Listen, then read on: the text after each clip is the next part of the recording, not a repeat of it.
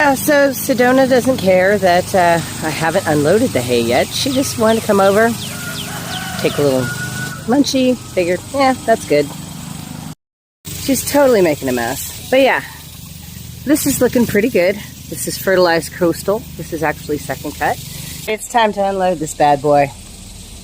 Tight area, no problem. Back up, stop, should roll right there. That's the theory anyway. Okay, I'm lined up. Gotta go.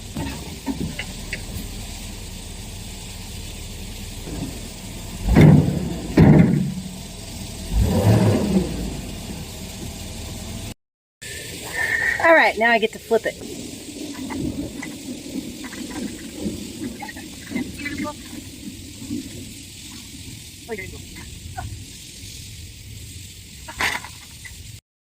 Now we cut the twine. Serrated steak knife actually works pretty good.